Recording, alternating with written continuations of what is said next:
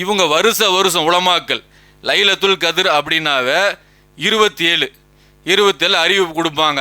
இன்று வந்து லைலத்துல் கதிர் இரவை முன்னிட்டு இஷாவுடைய தொழுகை வந்து 10 மணிக்கு, பயான் இத்தனை மணிக்கு, திக்ரு மஜ்லிஸ் நடக்கும், இப்படிங்கிற மாதிரி அறிவிப்பு கொடுப்பாங்க. ஆனால் நபி ஸல்லல்லாஹு அலைஹி வஸல்லம் காலத்து இந்த மாதிரி இல்லைங்கிறது அவங்களுக்கே தெளிவாக தெரியும். உலமாக்களுக்கு வந்து தெரியாத விஷயம் இல்லை. ஹதீஸ்கள் எப்படி இருக்குன்னு சொல்லி வாசகத்தை பார்க்கும்போது தேடுங்கள் தான் இருக்குது. லைலத்துல் கதிரை தேடுங்கள், ஒற்றைப்படையான நாளில் தேடுங்கன்னு தான் இருக்குது. தேர்ந்தெடுங்கள் இல்லை, இவங்க தேர்வு பண்ணிக்கிட்டு இன்றைக்கி தான் லைலத்துல் கதிர், இன்றைக்கி லைலத்துல் கதிரை வந்து வழிபட்டோம்னு சொல்லி சொன்னால் நம்ம வந்து 83 வருஷம் வழிபட்ட ஒரு நன்மை கிடச்சிரும், 1000 மாதங்கள் வந்து வழிபட்ட நன்மை கிடச்சிரும் சொல்லி மக்களை ஏமாற்றிட்டு இருக்கிறாங்க. ஹதீஸ்களில் எவ்வளோ தெளிவாக இருக்குது. புகாரி, முஸ்லீம், திருமதி எல்லாத்துலேயும் எப்படி இருக்குது. கடைசி 10 நாளில் ஒற்றைப்படை இரவுல தேடுங்க அப்படின்ற, ஒற்றைப்படை நாட்களில் தேடுங்கன்னு இருக்குது. அப்போ இந்த செய்தி இப்போ தானே அபூதாவுதில் 1173, புகாரில் 2021, 2022, முஸ்னத் அகமது பல நூல்கள் இருக்குது. அப்போ இதையெல்லாம் வந்து கண்டுக்கவே மாட்டாங்க.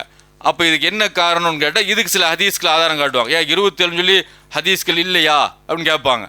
ஹதீஸ்கள் வந்து ஒரு சில ஹதீஸ்கள் இப்படி இருக்கும், ஒரு சில ஹதீஸ்கள் இப்படி இருக்கும். அதை எப்படி புரிஞ்சுக்கிறது? அப்போ நம்ம நன்மைன்னு சொல்லி நமக்கு கிடைக்கணும் அப்படின்னா நம்ம தேடணும். சாதாரணமாக கிடைக்கக்கூடிய விஷயம் இல்லையே இது.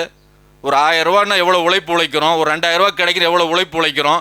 அப்போ வந்து 1000 மாதங்களை விட ஒரு சிறந்த நாள்னா நம்ம அந்த ஒற்றைப்படை நாளில் வந்து தேர்வு பண்ணுறத, அதாவது வந்து தொழாவதை விட்டுட்டு தேர்வு பண்ணிட்டு உட்காந்துக்கிறோம். அப்போ இவங்கள்ட்ட கேட்ட ஹதீஸையும் காட்டுவாங்க. 27 வந்து சஹாபாக்கள் சொல்லலையா, ஏதாவது நபி ஸல்லல்லாஹு அலைஹி வஸல்லம் ஹதீஸ் தெளிவாக இருக்கும். அதாவது வந்து இந்த குறிப்பு வந்து மறக்கடிக்கப்பட்டுருச்சு நபி சொல்கிறாங்க. எந்த நாளுங்கிற குறிப்பு வந்து மறந்துருச்சுன்னு நபி சொன்னதுக்கு அப்புறமும் ஏதாவது ஒரு ஹதீஸை கொண்டு வர வேண்டியது. ஏதாவது ஒரு ஹதீஸை கொண்டு வந்து நாங்கள்லாம் ஹதீஸ் இல்லாமல் செயல்பட மாட்டோம், சுன்னத் வல் ஜமாத்துன்னு சொல்லி சாதாரணமாக நினச்சிக்கிட்டீங்களா, கில்லுக்கீரை நினச்சிக்கிட்டீங்களா, எல்லாத்துக்கும் ஆதாரம் இருக்குன்னு பேசுவாங்க. இது மக்களுக்கு வந்து மார்க்கத்தில் ஆர்வம் இல்லை. 27 கூப்பிட்டா 27 போய்க்குவாங்க. இதே உலமாக்கள் ஒன்று சேர்ந்து 27 இல்லை 25ன்னு சொன்னாலும் மக்கள் போவாங்க, 25 இல்லை 23ன்னு சொன்னாலும் போவாங்க. மக்கள்கிட்ட பெருமளவுக்கு எந்த விதமான மார்க்கத்துடைய அறிவும் இல்லை, ஆர்வமும் இல்லை, தெளிவும் இல்லை. அதை நல்லா பயன்படுத்திக்கிறாங்க இந்த உலமாக்கள். அப்போ இந்த உலமாக்களும் பார்த்து இந்த மாதிரி செய்தி காட்டுவாங்க.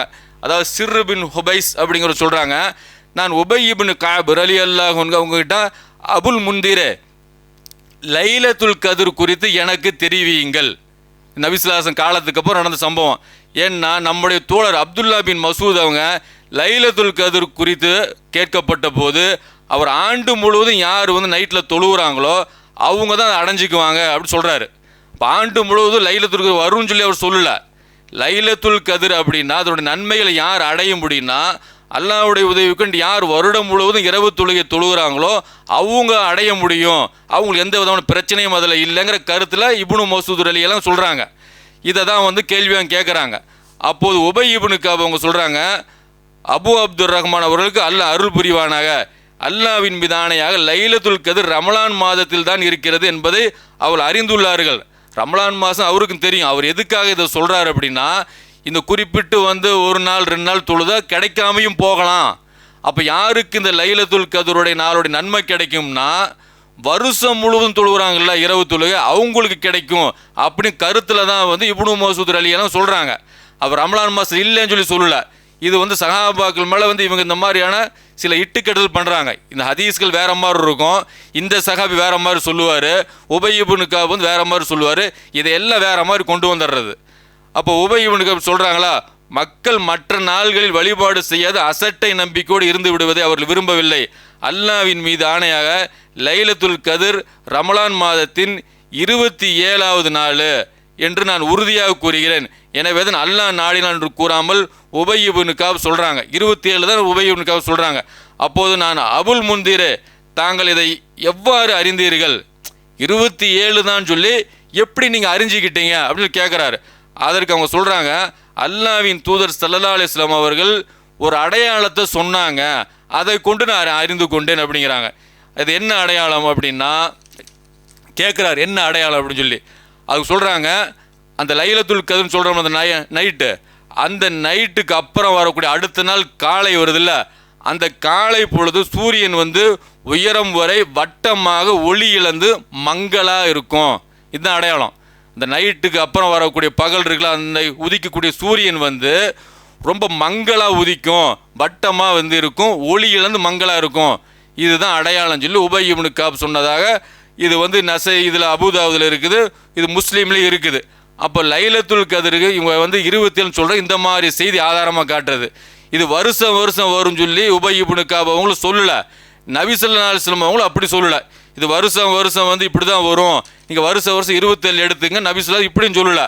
அப்போ வந்து இது அடையாளம் வந்து நபி ஸல்லல்லாஹு அலைஹி வஸல்லம் அவங்க வந்து இப்படி சொல்கிறாங்க.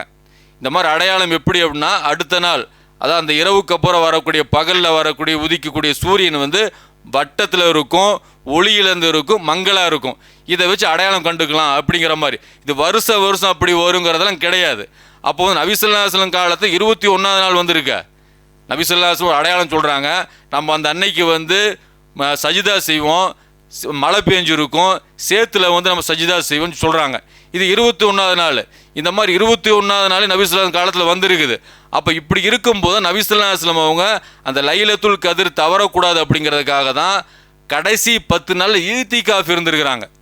இப்போ வருஷத்தில் வந்து 27 வந்து சஹாபாக்கள் வந்து இப்படி சில ஹதீஸ்களை அறிவிக்கும் போது இது ஆதாரமாக எடுத்துக்கிறது.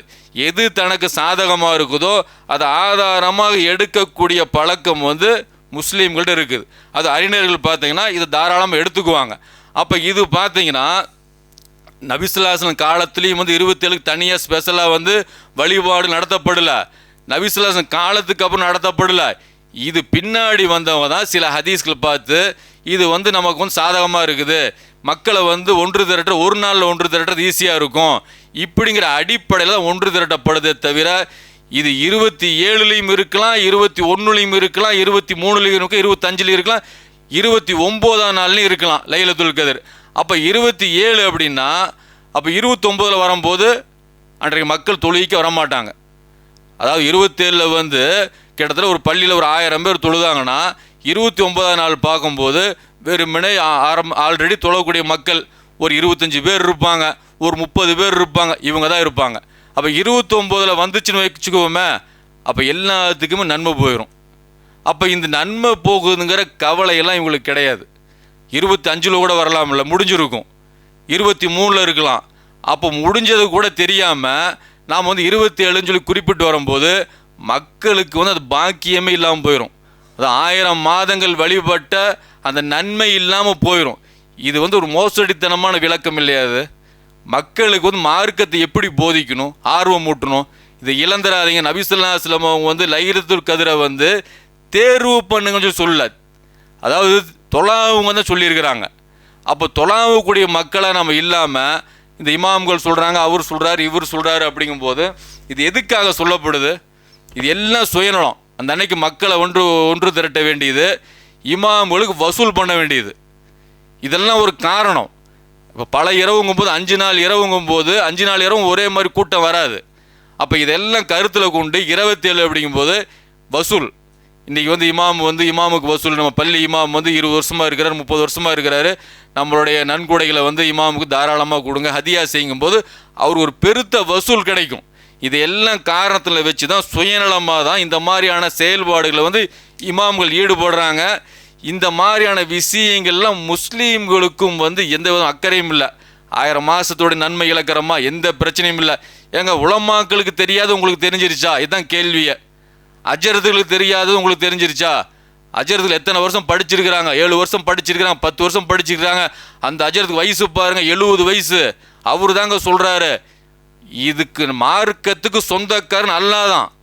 அப்போ அல்லாஹ் இந்த இடத்துல லைலத்துல் கதிர் வந்து 27 சொல்கிறானா? எங்கேயுமே இல்லை. அல்லாஹ்வுடைய ரசூலும் நடைமுறைப்படுத்தலை.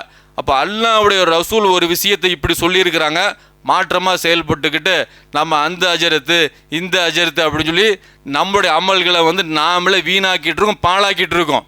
மறுமையில் எந்த அஜரத்தும் வந்து நமக்காக வந்து அல்லாஹ்ட்ட சிபாரிசு பண்ண மாட்டாங்க. எல்லாம் நாங்கள் சொல்லி தான் வந்து இவங்க 27 மட்டும் கொண்டாடி விட்டுட்டாங்க, நிறைய லைலத்துல் கதிர் இரவை விட்டுட்டாங்க, அந்த நாளை விட்டுட்டாங்க, அதனால் வந்து எல்லாம் மன்னிப்படையும் அவங்க சொல்ல போகிறாங்களா? சொல்ல மாட்டாங்க. அப்போ வந்து நம்மளுடைய அமல்களுக்கு பொறுப்பு நாம தான். அப்போ குர்ஆன் தெளிவாக இருக்குது, ஹதீஸ்கள் தெளிவாக இருக்குது. தெளிவாக இருந்தும் நம்ம மாற்றமாக நடக்கிறோம் அப்படின்னா நாம் வந்து அல்லாஹ்வுடைய மார்க்கத்தை பின்பற்றல, அல்லாஹ்வுடைய ரசூலுடைய போதனை பின்பற்றல. நம்ம மனம் போன போக்குலையும் நமக்கு எது சௌரியமோ அதை வந்து பின்பற்றிட்டு இருக்கோம். இதுக்கு வந்து எந்த கூலியும் கிடைக்காது. இது முஸ்லீம்கள் வந்து எச்சரிக்கையாக இருக்கணும்.